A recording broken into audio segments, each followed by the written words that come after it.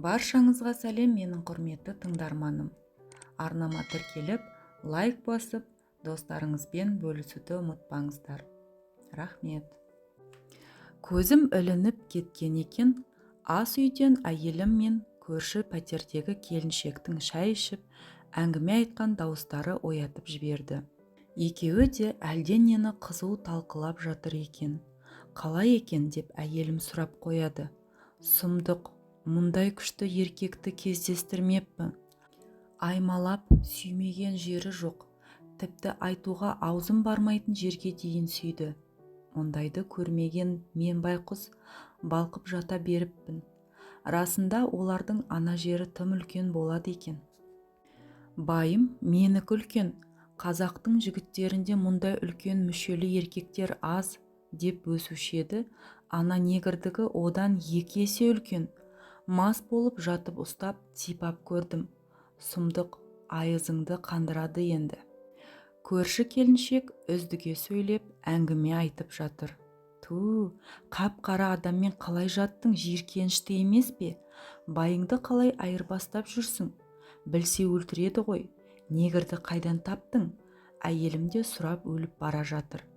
Шамасы оған да көрші келіншектің айтқандары әсер етсе керек. Көрші келіншек деп отырғанымның аты Альбина.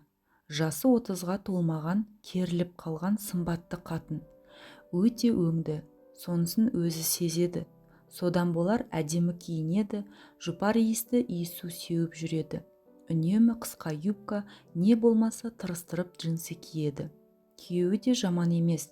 Жүрген сал-сері, тамада болып той-томалақ қуып жүргені. Жалғыз баласы бар, ол балабақшада. Әй, негірді әдейі іздеп жүр дейсің бе? Леонмен таксиде таныстым. Бірде жұмыстан үйге жайырақ қайттым. Жаңбыр жауып тұрған, такси тоқтаттым. Бір көлік тоқтай қалды. Баратын жерімді айтып едім, келісті. Арты есікті ашып кіргенім сол еді, өңкиіп бір қап-қара адам отыр. Негір екен. Артқы есікті жауып жүргізушінің жанына отырғым келіп тұрды да, қойш, негір болса мені жемейтін шығар деп ойлап, жанына отыра салдым. Қысқа көйлек кигенмін ғой. Әлгі негір аяғыма бетіме қарағыштап отырды. Жаңбыр жауып тұр. Жолдың бәрі пробка. Бір кезде әбден шаршады ма, жүргізуші бала, сіз түсіп қалыңыз, баратын жеріңіз алыс, басқа көлікке отырыңыз, мынаны қонақ үйге жеткізіп тастасам да жетеді деп мені апарудан бас тартты. Жаңбыр құйып тұр, неге түсемін? Онда неге алдың? Қазақтың бәрі осы, аларын алып алады да, сәл бір нәрсе болса бұлт етіп шыға келеді. Түспеймін, апарасың деп әлгі жүргізушімен айтыса кеттім. Не үшін айтысып жатқанымызды негір түсінген секілді. Парень, давай отвезем девушку, потом меня. Я за девушку двойную буду платить деп жүргізушіні көндірді. Негірдің әлгі сөзіне риза болып қалдым. Нағыз джентльмен екен деп қоямын.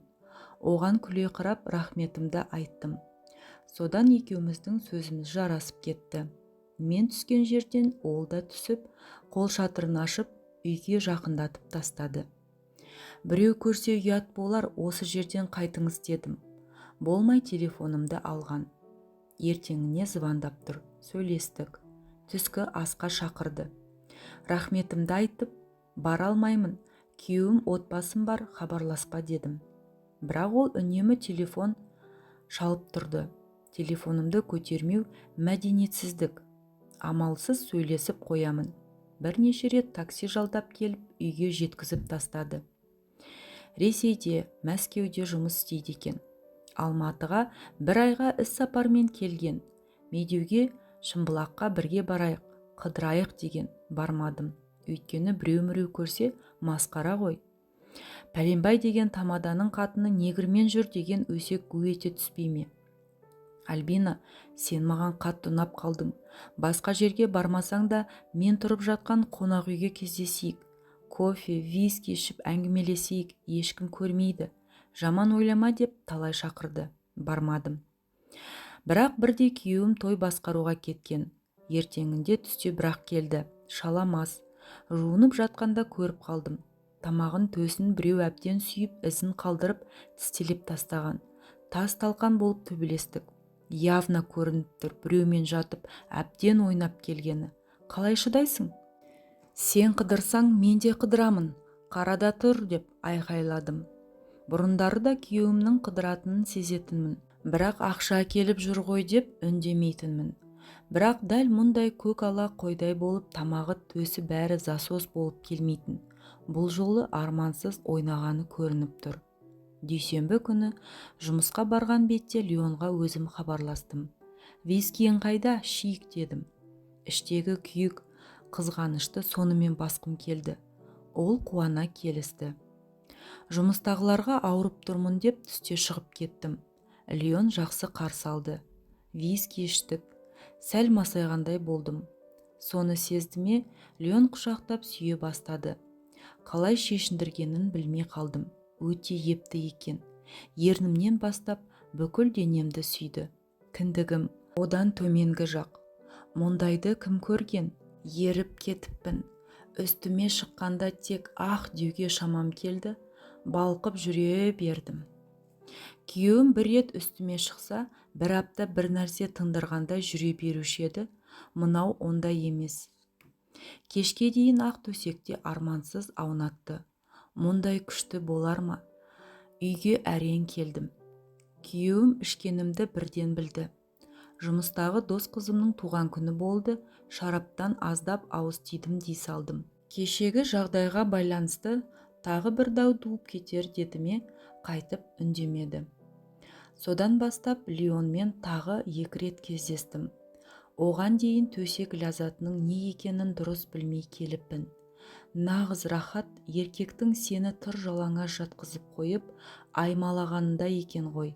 Нағыз кайф екен. Леон соны түсіндірді. Амал не, ол Мәскеуге қайтып кетті. Тағы келіп жатсам хабарласамын деген келетін шығар. Істің адамы ғой. Міне сөйтіп күйеуіме ренжимін.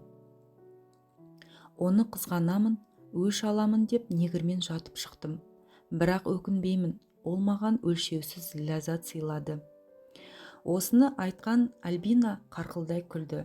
Бұдан ары шыдап жата алмадым. Орнымнан тұрып жуынуға беттеп едім. Ағай, амансыз ба? Тұрдыңыз ба? Қой, мен үйге барайын, біраз отырып қалыппын деп Альбина лық етіп орнынан тұрып, бөксесін 2 жаққа лақтыра басып үйден шығып кетті. Шайға отырған маған әйелім үңіле қарады. Сволоштың қатыны, сенде маған менсінбей қарап негірмен жатайын деп жүрсің бе деп бұрқ еттім. Өлә, не дейді? Бүкіл әңгімемізді тыңдағансың ба? Ұят-ай, 50-ге келген сары қарын қатынға негір тұрмақ көрші үйдегі шойнақ шалда қарамас. Елдің бәрі Альбина емес қой. Әркіммен бір жатып келіп, сол жатқан еркегін маған келіп мақтайтын. Ана байын аяймын. Тамадамын деп, той деп шалқылдап жүргені. Ал мына жақта қатыны байы тапқан ақшаны қалтаға салып, киініп алып, жұмыстағы бастығымен де ойнас, негірмен де ойнас болып жүр. Біз басқа адамбыз, ондай әңгіме айтпа деп, әйелім шай құйған кесені маған итере салды. Рас-ау, байым біреумен жатып қойды. Одан мен қалмауым керек деп, өзгемен жатып жүрген Альбинаның өмірі не өмір? Олар қандай отбасы? Біреумен жатып келіп өкінбеймін деудің өзі сұмдық емес пе? Мұның арты неге апарып соғады? Бүйте берсе ажырасып тынады-ау. Басымды бір шайқап, шайды бір жұтып, орнымнан тұрып кеттім.